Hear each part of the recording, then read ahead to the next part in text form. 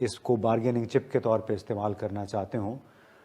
لیکن اس کے ساتھ ساتھ آپ دیکھیے کہ امریکہ سرکار نے ایک خاتون کو، افغان نژاد خاتون ہے رینا امیری، ان کو خواتین، لڑکیوں اور حقوق انسانی کے لیے برائے افغانستان وہ بھی ایک میسج بھیج رہے ہیں، پیغام بھیج رہے ہیں. جی میسج تو بھیج رہے ہیں، لیکن آپ یہ بھی دیکھیے کہ ایک افغانستان جیسا معاشرہ جہاں پہ ہر طرف مرد ہی مرد ہیں، عورت کی آواز سیکنڈری ہے، ان کے ساتھ ڈیل کرنے کے لیے آپ نے پھر ایک خاتون کو لگا دیا.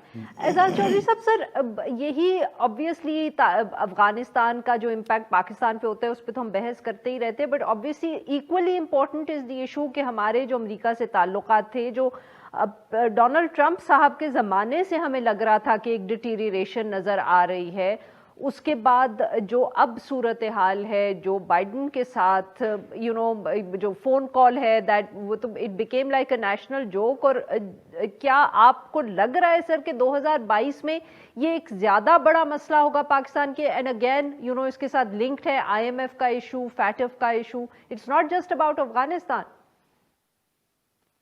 جی امریکہ کے ساتھ جو ہمارے تعلقات ہیں اس کے حوالے سے میں ذرا زیادہ پر امید ہوں. میرے خیال میں پچھلے جو سال گزرے ہیں ان میں حالات بہت خراب ہو گئے تھے، لیکن پچھلے 1-2 مہینے سے میں ایک تبدیلی امریکہ میں دیکھ رہا ہوں.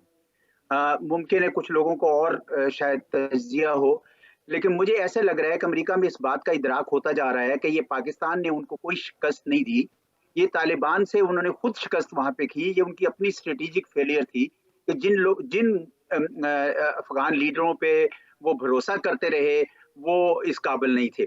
تو چنانچہ اب پاکستان کے متعلق جس قسم کی پہلے تنقید ہم سنتے تھے مجھے وہ اب نظر نہیں آ رہی، بلکہ ان کو اس بات کا اندازہ ہوتا جا رہا ہے کہ افغانستان کے اندر حالات جب بگڑیں گے تو پاکستان کے ساتھ مل کر کام کرنے کی ضرورت ہوگی، کیونکہ دہشت گردی ابھی ختم نہیں ہوئی ہے بلکہ افغانستان میں تو نئے سرے سے وہ جڑ پکڑ رہی ہے. تو مجھے ایسے لگ رہا ہے کہ امریکہ کے ساتھ ہمارے جو تعلقات ہیں وہ اب اتنے شاید کشیدہ نہ رہیں. ہاں چین کے حوالے سے یا دوسرے جو مسائل کے حوالے سے شاید ابھی کچھ ہمیں مزید کام کرنے کی ضرورت ہوگی، لیکن میں نہیں سمجھتا کہ افغانستان کے حوالے سے اب امریکہ ہم پہ اس طرح کی الزام تراشی کرے گا جس طرح پہلے کرتے رہے گا. جی بالکل صحیح سر. جی ناظرین یہاں پہ لیں گے ایک چھوٹا سا بریک، جب ہم بریک سے واپس ہم اپنے مہمانوں سے گفتگو جاری رکھیں گے. اسٹے ود اس.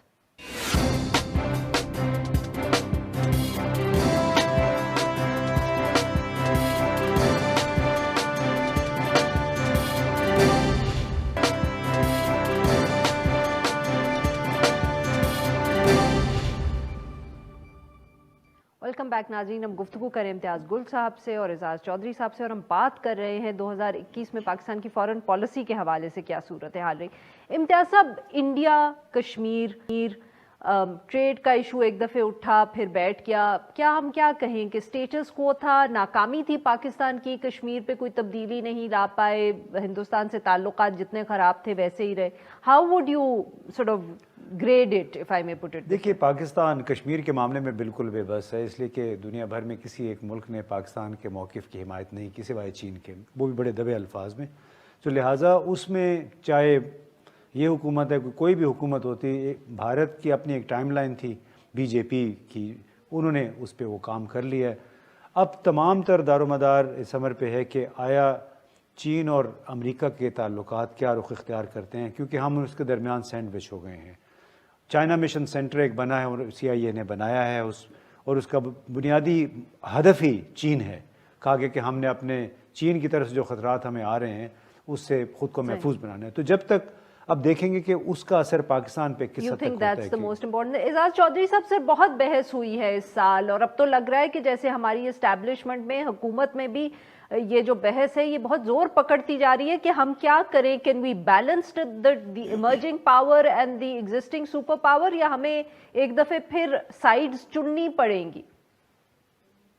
جی میرا اپنا ذاتی خیال تو یہ ہے کہ بالکل ہمیں سائیڈز چوز نہیں کرنی پڑیں گی، نہ ہمیں اس طرف جانا چاہیے.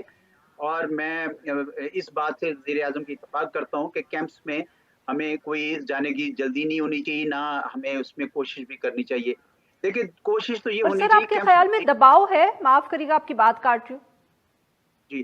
جی میرے خیال میں دباؤ نہیں ہوتا. جی دباؤ ہمیشہ قوموں کے اوپر وہ ہوتا ہے جو وہ لینے کے لیے تیار ہوتی ہیں. اگر آپ دباؤ نہیں لینا چاہتے تو آپ کو کوئی دباؤ ڈال نہیں سکتا ہے. ہم امریکہ کے ساتھ تعلقات اچھے کرنا چاہتے ہیں، میرے خیال میں اس معاملے میں کافی اندیے اشارے دیے گئے ہیں. اسی طرح چین کے ساتھ تعلقات کو کسی حد تک کسی بھی وجہ سے نیچے نہیں کرنا چاہتے، یہ بھی میرے خیال میں کلیئرٹی ہے. اب دونوں کے درمیان کیسے وہ ہم ایک توازن کا یہ مطلب نہیں ہے کہ برابری، توازن کا یہ مطلب ہے کہ ہم دونوں کے ساتھ تعلقات اچھے رکھنا چاہتے ہیں. میں تو یہ سمجھتا ہوں کہ یہ ممکنات میں سے ہے. بہت سارے لوگ ہیں وہ یہ کہتے ہیں نہیں جی نہیں آپ ایک سائڈ کے ہو جائیں، یہ نہ کریں. آفٹر آل آپ ہندوستان کو دیکھ لیں، ہندوستان کے امریکہ کے ساتھ بڑے گہرے تعلقات ہیں، لیکن روس کے ساتھ بھی اور چین کے ساتھ بھی ہیں. تو ساری دنیا کی قومیں آج کل یہ کوشش کرتی ہیں کہ وہ ہر اپنے جو تعلقات ہیں ان سے پورا فائدہ اٹھائیں اپنے قومی مفاد کے لیے. تو میں نہیں سمجھتا کہ ہمیں کوئی مشکل پیش آئے گی. ہم یہ بیلنس رکھ سکتے ہیں اور ہمیں اس کے لیے کوشش کرتے رہنا چاہیے. خصوصاً امریکہ کو انگیج کرنا چاہیے کہ ان کے سٹیکس بنے، اسپیشلی اقتصادی میدان میں. جی بہت بہت شکریہ ہمارے دو مہمانوں کا ہمارے ساتھ گفتگو کی. ناظرین آج کے لیے بس اتنا ہی. We'll be back tomorrow at the same time.